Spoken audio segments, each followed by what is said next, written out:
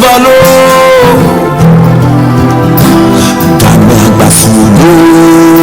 on doit se lever pour la victoire. On doit se lever pour la vérité. On doit se lever pour le changement. On doit se lever pour la paix. Pour la paix. On doit se lever pour l'égalité. Oh, oh, oh, oh. Et on doit se lever pour libérer.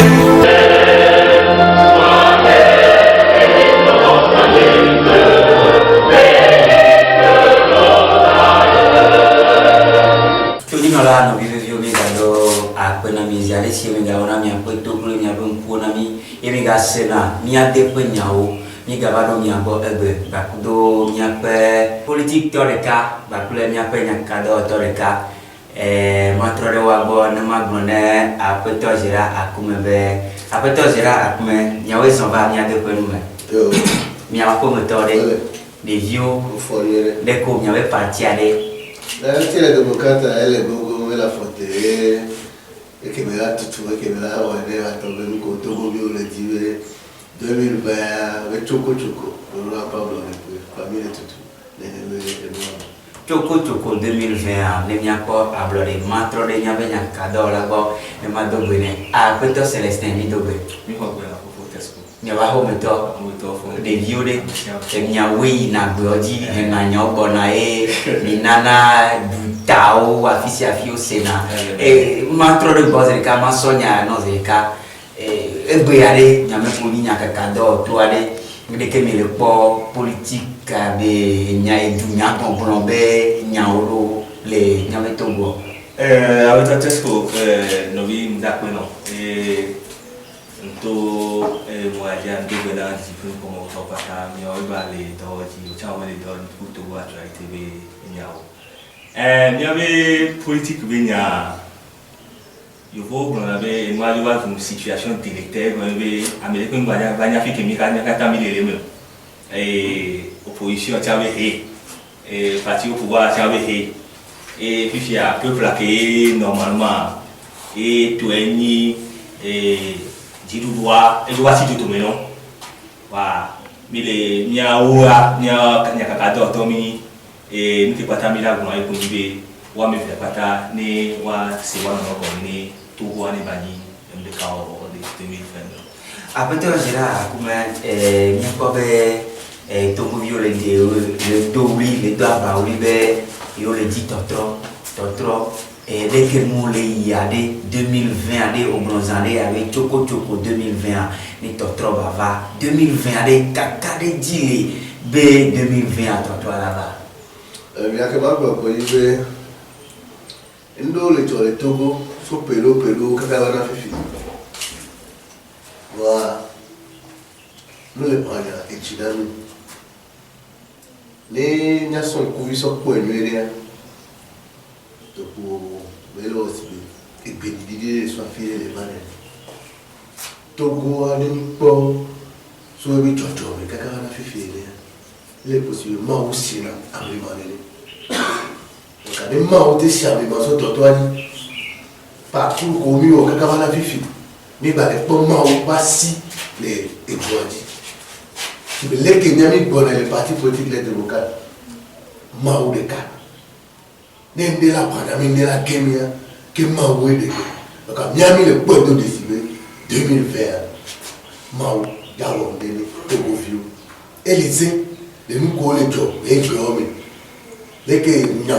ole dani ba mi a ko be ame gbogbo wa le ta enya lo politika me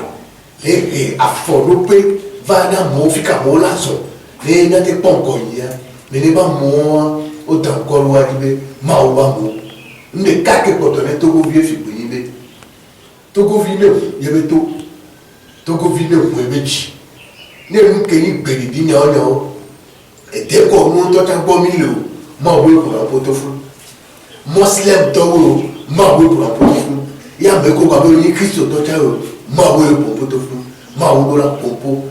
ya mesia menacé la wo deji to soube 2020 et kake bla to go bio mi la de bono wa poka tutu wa chama te boy que mi yona be kekeli ya ne ba veme no wa boy et mi kaneji de parti projet de cadre et de mémoire il a la mauto ya mtana bero mantro de mia benya kado togo fufu Celestin egbe a nyakobe amesiame nyabobe gapo ke memile ya agbetori kare kasi be amasiri kenene et soit bien consort d'arriver na akoke bana les 2020 mea ke waso chantu pour toi yolai voilà neke amobale tititi du na Abraham le grombe yiwa no tune aso yakwa nyanya kakado to ade pike mile po de kiye ameko to ole tititi du na Abraham kame obe yiwa no du bokembo ya mero bare titebe yiwa ba yakwa ne karaka pike nya mile po Pourquoi est-ce que nyawa kubia nyanwere wanu kipata makulole nyabe politique be mama kelefa watu mea ne o letu o yako o mnotu yako ndi ka kele vividea ni ben kenti o le yakwalo enu enti o le yakwalo enu enti nke ti o govio le di bi no bi na be ni ba trova changement au global bava et ni wabe et pedo dimu kenji ole yakwa et yiwa atodulanya amisia mendula citebe et biamai et soamai ni soamela mi leju ni soamela mi leju amelo le groupement lemi kaka ni so kwa wala e ko to abamade amelo be oto lemi amelo be a mi ba le si wabe ko lo o le tutale pumpurula amelo mi la si wabe ko bi ola bo ba joare o bi le kwa o ba jo ne emole ni nia mla to miaju wa miao ne kado to mke pata mi le gbo ibe no so to gwa so do ta ke gbo wa no wa bi mama enyam ba ni agbe to be nyao ne ti to go be nya ne some ya 2021 ne susu ke la na nia ni ngba ko te aba mi alo mi abe mu mi alo mi aba ba ne ba di lozio be mi je benemo mi je Côte d'Ivoire mi ja fait parce que afili pe cham da fa le 2021 et ta mi o mi le problème ni politique to wa no ja papa ne ejola no ne a dispersé ola yo mama ola yo ale ko la gbe woye susu kele wa patawasi e lo we no vitesco e o le ni voir amesiame le wa be parti o mea o le dibi changement le va amesiame be titi wa wona ki go changement la va e ni abe mi pata mi dura pour poster de cadre la nyami ne nke mi le dia ne baba e gbe no mo e gbe no joie e donc do to mi to bo e donc ami je papa mi on tourner les petits comme no so to bois so do ta ke ngwe wa no iwa be accord peto Gérard Adodo ele no ele ni agbale no to ga kele parti les bureaucrates mais egbe a nya ko be nya peto kele ni ko da habia be lo me beble mais e mondi e bo baba au congrès ko ba mondi ke nkae apeton ko de rabia le wala domio le be modi yo o mia passer peut-être au 4 ami wala ndeko matro va no bini ave ya le di be bloc ci de ya señorebe ne va susume de nya kete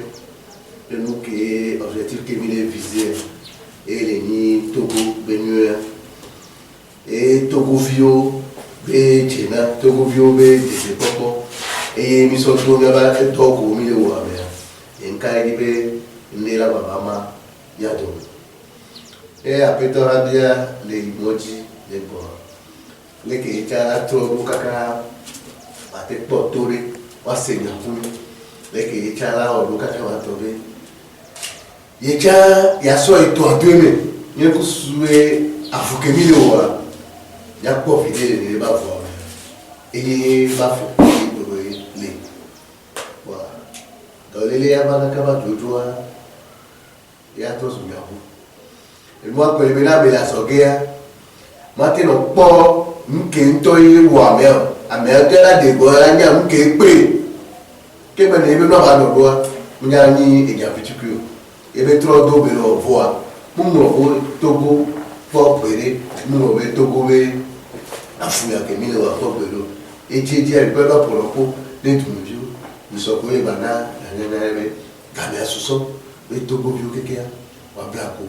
wa cité si américain et il faut que 10 000 kaka so 1990 ya mais les débats faut pas et même quand on dit 2020 Togo vieux ba faut que Dieu avoir la part moi c'est comme une ndobé américain baba cité lo no bianti ndobé américain ba so polo no bianti démocratie mi lego be baba Togo démocratie et la règle on a bané abesia me opposition ma belo abeko le dilu ko egbe o démocratie a pas mieux be et be tombé nous comme il a pas le droit mais so mila no so mila so dit abe baba ma banani ame fifi ma banani ame zizi le to ma banani ne moi 20 me voit quoi et puis ame te cortège ku bien parti so et nyenya me lo ade mi yi a compta me la ko il a commencé quand même nous veut wonder il a été yo de no ba ko et que ti démocrate e pe me nous le blanc ko be nia mi se na to fe be to fi la démocratie mo le Togo démocratie mo yo ra ko le ni ami le peuple nous que le Togo fi les possibilités ame chacha ne nomination ne et nebe fike mi le fi amiro ato me ototo ne miano lo nyawo mato les politiques de Togo ame no vi ma long kudo le akoya nyamu le bene no bi wonde ato abogewa enke nebe afuke mi lo afwa le ke bisa bebe ils sont 50 ans parti politique de la République bele ya to nyawo toto et no vi no wonde ntinye ba ye gbo ma ba do mi ya popo le nous même ma fille à notre table là et quand on se lave à l'outil puis qu'elle mine you les gens me caïna que mine tu et fait quoi les nos vidéos on dit à tout bois que ma bébé nous la participer même les imperfections de la fille au milieu là dommage il y a comme ben il y a ça mais comme au fil les gars les pour les gars parce que que on nous participer nous il va les dénébé si les gars papa les gars très loin mater tout autour de boulot bon quand les on est mais ça là dans une lutte de libération, il ne faut pas chercher à paraître. Et il faut prendre. Et les cas que la venir, et moi la guerre, il n'y a que quelqu'un comme et me dit on a besoin de la bénévo. Mi wo, ne pas fou. Il a libéré tout bois voilà. Les gars dans son c'est ne pas compter avec son nez, nous qui les mieux. Il y a tant il y a wo tout il y a non couteau et pour avoir solidarité. Mi le Togo tu te dis du l'Abraham milieu il y a le bureau min dina be nak bereti min dina be ya bien tu ne inko ala jamais été la veille mo ke ani to de mi akora be 2020 mi ke mi dia be mi makba et no so bueno on balo probe ame aleke il y a ka ki ya ko ni be ni mion to mi to no le mion no et ni be nyo to to mi te le bla na be ko keke les trodomia mi la 2 décibels amener que des signes de fion et n'y avait tête les tibe wo e nu ko nous peut venir caméra so de ba mo e mi la to abo ke tu ba me bai e na pa we ni kai na keke minute mama na e do no cha e si zo si fa fa en tout cas n'y a auto to que les nya de démocrate quoi la be nu ko e mi le blo ne ame sa be te ba do nya wo mo dia ni ka di be atelu mama lu e pa to bo e pa blo. Ah, peut-être Célestin, maintenant le bon mabio ebea Togo le dobi fichier électoral que ye ni vodua vodou bliwa donc la ni ye meye amkuku danako depuis fait danako il va webe tidudua pona bobode jenkoto kemboe akwala ba twedi et fichier électoral be nyawa mi pobe nyabe titi du nyabroha o tembe do me vire on bale wa vun si me de ko do aboga o je mo san ne no bale wa vun ne ware nyabe popo ma me sia me le brombe 2020 trop la vare nyawe nyakado to nyami pona no ho que mboye politique to asona ku vi pone ale e ke 2020 ale ku vi ka o so le ko e nyake o biare no vitesco e nyanyo wa nyake ngima ko bio nyale nyawa mi tonde ji il y a un fichier électoral qui est sort l'élection en union. Le fichier moi, il bon, ce fichier moi les liens sont accord. Il va aller dire, il va aller mon fichier avec les 2020 par bana. Il y a moi qui me normalement au mai fichier au bien va laisser tout au février mai. Fichier moi mi parler pour me dire kaka au ba so fichier moi bien so yi. Les Djoumefiya, il va se, il y avait du Guato Magnobe, et il faut reconnaître des vidéos, non, des vidéos comme sous, on doit payer là d'accord, on les fichiers à mais nous maçons, on les fichiers à donc, et autant nous la battre, il y a mis pas de battre, on les Djoumefiya, il y a mis ici, il y a mis ici, à Bobodi, il y a mis bon, il y a un cadeau, va fichier, les mêmes fichiers à, et peut balayer, et balayer, on doit l'euro, avec le Tesco, et peut balayer, on a dit, et il y a des partis politiques, il y a l'opposition, il y a FIFIA, il y a un accord Baï, mai 2020. Amé avait, il y a 2020. Amé Lobé, et il programmé sur moi, il y a 2020. Amé Lobé, il y a Amé Sia, il y a au congrès. Amé Alabo, investi, Amé Alabo, on était au dos là, il y avait au dos. Il n'y a pas d'affique mille comment. Et moi, je vois aussi que Amé Bébré, et moi, je vois aussi qu'il y a une politique qui sont les salinés, on les marchandés, comme le dit les Français. Et moi, je vois que VPCC, la coordinateur, non, BAC, Togovio, VPCC, la coordinateur, Amé, on y est, Togo vidéo ba ko to bale blen be 2020 et nya ko nya be opposition to ba to lewo ami a to fi ami a to si ami a to nya be yo ko ran be leur ye ba tita dai be o uni ko ba du 2020 Togo vidéo le blen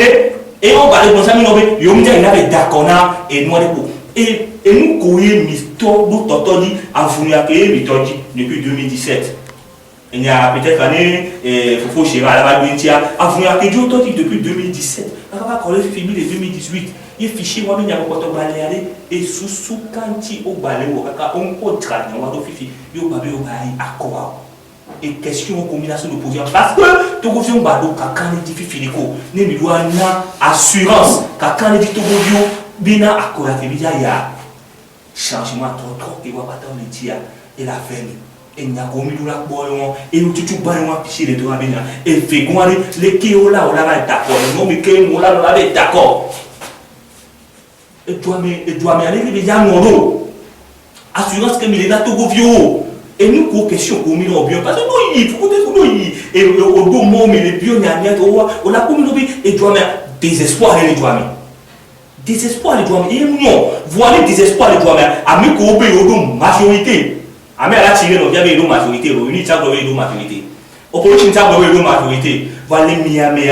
l'opposition parce que avec le pouvoir, ils sont là pour conserver le pouvoir. On a le gouvernement de Banoï, ou le web, ils sont dans leur droit aussi. Maintenant, il y a même qu'on dit que nous va faire ce qu'il y a à vous que vous millez voir, à vous qu'on millez voir et donc on met tout dire, il va nous monter les mots. Il doit nier, mais non, on doit trop une bouton. À quoi la fille dit au torso. Fiquei o vado e fiquei o leio que o 2020 de bako a então geral como minha be partir democrata mi prove minha a conti yo avuando be nega que me que modo no voa lo lativa yako voare a então geral como egbeare ne mi le bon fichier électoral benya mi le bon et seni benya le fumare egbeare et il y a des critiques du Nakon Hawade, avocat et Mileo, né et moi, Watedolo. Espérance, pour la seule espérance, nous avons et Maou. Donc, les Maou, il y avait les mains, à Messia Mekimini, Mini, Toboé, Mouto, Mini, Moslem, Mini, Amekoïna, les Christoration, la Mekoteum, les Sénés pour. Il y avait Maou, il y a les pour. Espérance ou un milliard pour et tout viola en punchi en pour avec eji les gars qui m'ont le soir à noir et va tomber mon coco qui mis le bout mais si elle vient à mauvais ni la batte pour lui les corps moi ou la batte à le regard obé accompagner ni doit les partis politiques les démocrates que moi on n'est pas quoi et c'est on me quoi quand c'est on me quoi on va on tourner d'accord d'accord et nomination Valé évidemment le que va ni sauver que il a pas de 2020 va tenir quoi et nous y a bientôt homme t'étais maintenant fort démocratie va aller que les Togo que me gâte en bon à content tomber fichier toi ben les pépé et tiens me doit bien au cadeau bébé ne nya ouais que me va prendre monsieur mais tu veux les camoufler d'abord là va dire là c'est papa mais ici les que le quoi on le même quoi do les fichier et nous on est tenté non mais do nya on va Togo vionia à opération forêt son naissance nationalité d'accord au cas d'identité là donc à cas d'identité fichier fiable de venir les nya souhait les nya so fichier électoral et ben bien commune que commune fichier qu'on a gagné fichier on a pas commune et yenti c'était du encore le biobé on va avoir révision ko tout ya bien bien mettre garde fou bobolo pour se souvenir wa